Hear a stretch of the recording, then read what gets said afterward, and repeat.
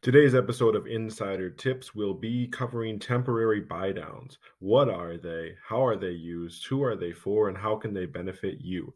We have a great treat as our CEO and founder, Peter Jerf, will be joining us to break them down. Peter, take it away.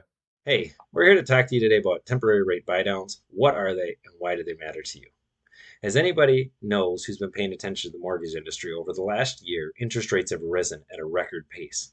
And what this has done is caused affordability issues for many people looking to buy a home. Even if you can still afford the same house, the payment is quite a bit more, which obviously nobody wants. This has attracted a lot of people back to ARMs, or adjustable rate mortgages, which were very popular before the housing crisis in 2008, but since then have got a very bad name because you have an initial period with a lower interest rate than your fixed interest rate usually is. However, after a certain period of time, usually 3, 5, 7, or 10 years, that interest rate will start to go up. And it can go up in adjustments. There is a maximum, but it is quite a bit higher than the introductory rate. If the interest rates don't drop before that introductory period's over, a lot of times that with that payment going up, it creates affordability issues for the person who has that loan. So sometimes people will do that if they think the interest rates are going to go down before their introductory period is over, or if they know they're going to pay it off early, or a few other options. But for a lot of people, it seems kind of like a gamble because if, let's say, you do a 5 year and the interest rates haven't went down in 5 years, or especially if they've gone up, your interest rate will then start to go up with that adjustable rate mortgage. So what we've done is we've come up with a product that kind of gives you the best of both worlds. You have a fixed rate mortgage, and let's just say for an example purpose, we'd actually have to look and pre-approve you to be able to quote you the rate. But let's say interest rates at 6.5%. What we have is that 30-year period is 6.5%. It will not change. However, we have a 3-2-1 option, a 2-1 option, a 1-1 option, and a 1-0 option. And what these are is buying interest rate down by 1% for those subsequent years, for those initial subsequent years, until you get back to that original 6.5% interest. So, for example, if you have a 3-2-1, you'll buy it down 3% the first year, 2% the second year, 1% the third year, and in the fourth year, you will go back to your original interest rate. So if you got quoted 6.5, that first year would be 3.5. And that's what your payment for each month would be calculated based on. Second year, it would go up to 4.5, and that is what your payment would be calculated on. Third year, 5.5, and then the fourth year at 6.5%. Now, the benefit to this is you know before you sign. So you know what your payment will be the first year, the second year, the third year, and then that fourth year, all the way through the 30th year.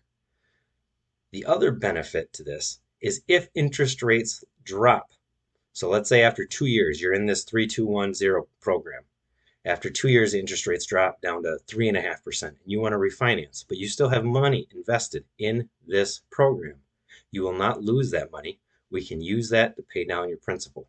So let's say you're halfway through this. Let's say you still have another $5,000 in this program tied up, and you want to refinance because the interest rates have dropped. If you owe 300,000, we can use that 5,000 remaining balance and apply it to your principal so you only owe effectively 295,000.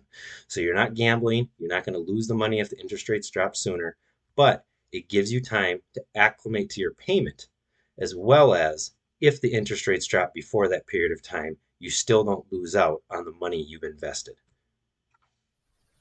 Thank you, Peter, for that breakdown. So on the screen here, you'll see the breakdown for a 3-2-1 buy down. Now, this assumes a $400,000 house with 5% down, so $380,000 purchase price. And you can see that at 6.5%, your monthly payment would be just a sliver over $2,400 a month. And in year one, with the buy down payment, so the 3.5%, you're looking at just over $1,700 for the payment.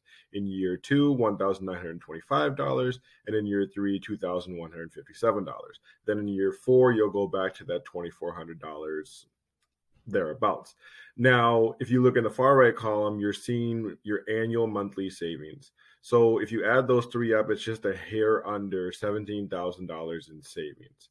And the entire cost of this buy down is $14,000. So you're gaining $3,000 right there. And while you can pay for a 3-2-1 buy down out of your pocket, if you'll notice, is about 3.5% of the total home sale. So if you get 3% seller concession, that's going to almost cover all of this. So that's where the 321 buy down really comes in to help you.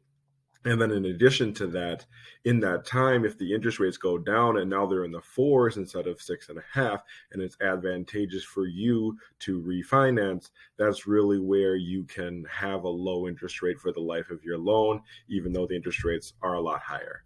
So thanks for watching our video, and give us a call soon if you want to check this out.